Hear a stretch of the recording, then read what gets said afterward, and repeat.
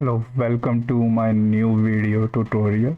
In this video tutorial, I will showcase how to receive input from the user. So like I'm creating a variable here using input. What is your name? Then next input,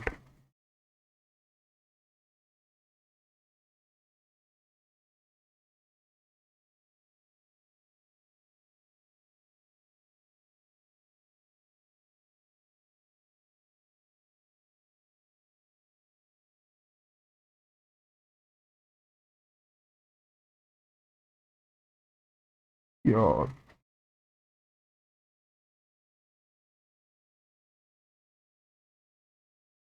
favorite food. So that just print name plus likes plus fruit and just hit the run button. One second. File change. The file is current file and we run. Type here John.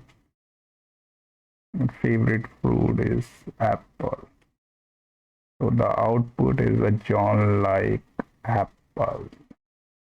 So this is a way you take a input from the user's side. Hope you like my videos.